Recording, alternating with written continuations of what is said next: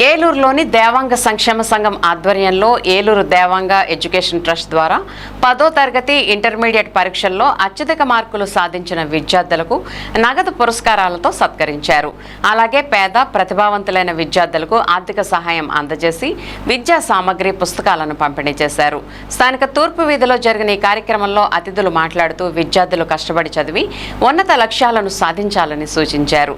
సమాజ అభివృద్ధికి విద్య ప్రధాన సాధనమని పేర్కొన్నారు. ఆర్థిక ఇబ్బందులు ప్రతిభకు అడ్డు కాకూడదనే ఉద్దేశంతో ఈ కార్యక్రమాన్ని నిర్వహిస్తున్నామని తెలిపారు. విద్యార్థులు అవకాశాలను సద్వినియోగం చేసుకుని ఉన్నత స్థానాలకు చేరుకోవాలని ఆకాంక్షించారు. సమాజం తరపున విద్యార్థులకు అవసరమైన సహకారం ఎల్లప్పుడూ అందిస్తామని హామీ ఇచ్చారు. చైర్మన్ ఎర్రా వీర్రాజు, ప్రధాన కార్యదర్శి Maraka Sivayya, Sappeti Naga Purushothamarao, Y Murthy, Kondapalli Parameswararao, Dontamsetti Narasimharao, P Krishna, Kondapalli Chandrasekhar, Tuthika Poturaju, K Srinu, T Anand, B Narasimharao తదితరులు పాల్గొన్నారు.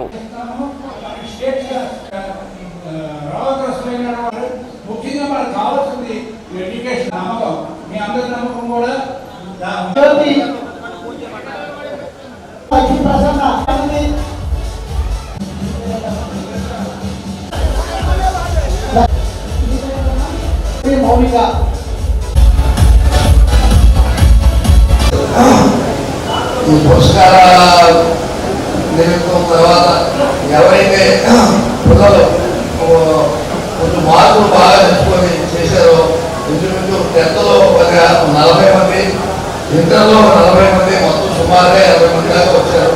ఇంకా సత్కారాలు కూడా చేయడం ఉంటుంది ప్రత్యేకంగా. ఈ సంవత్సరం ఈ మాత్రమే జరిగింది. వచ్చే సంవత్సరం ఇంకా ఎక్కువగా జనం రావాలి, ఎక్కువగా మా దగ్గర పురస్కారాలు తీసుకోవాలని ఆశిస్తూ జనం ఆ ఊళ్ళో గుర్తుకు లేకుండా పోయింది. ఈరోజు ఏదో 27 మంది దేవాలయాలు ఉన్నా కూడా గుర్తుమంటూ లేదు. గుర్తుకు తీసుకొచ్చింది ఈనాటి ఈ దేవాలయ సంఘమే. దీనికి మన స్టేట్ బాడీ ఉంది. స్టేట్ బాడీ కూడా ఒక 15 ఏళ్ళ క్రితం నుంచి దాని మీద పోరాడి అన్ని జిల్లాల్లో కవర్ చేస్తూ అన్ని జిల్లాలో వాళ్ళని రిప్రజెంట్ చేస్తూ ఒక సంఘం ఏర్పాటు చేద్దాం. ఆ సంఘంలో అప్పుడు చంద్రాయుడు గారు ప్రెసిడెంట్ గాను ఆయన కూడా చాలా ప్రముఖమైన స్థానంలో ఉన్నారు. 10 మంది ఉపయోగపడే మనిషి ఇంజనీర్ చేసిన కార్యాలు ఆయన కూడా సన్మానం చేద్దామని చెప్పేసి అనుకోవడం జరిగింది. అలాగే మంచి మన డెవలప్ చేశారు ఖైరయ్యారు బట్ట నాకు ముస్తాయి కదా. ఆయన కూడా అంటే మన కమ్యూనిటీలో ఎవరన్నా ఆర్థికంగా కనపడి ఉన్నారని మనం ఇల్లంటే ఆయన ఏదైనా ఆయన తగ్గట్టుగా ఆర్థిక సహాయం చేస్తారు. తల్లిదండ్రులు పిల్లల్ని ముఖ్యంగా చెడు మార్గంలో నడవకుండా చూసుకోవాల్సిన బాధ్యత కూడా తల్లిదండ్రులపై ఉంది.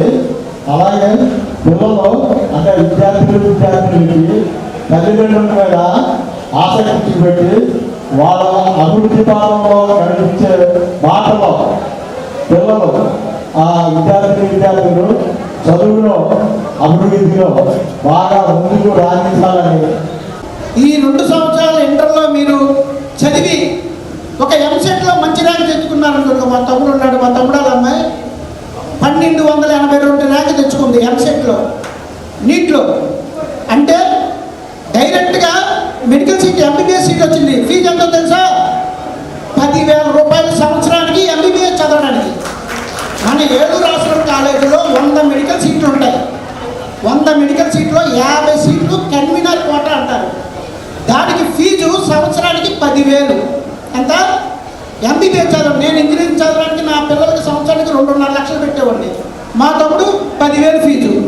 మీ ఎంబీబీఎస్కి చదువు యొక్క వాల్యూ అది. 50 సీట్లు దానికి పోతే ఇంకొక 30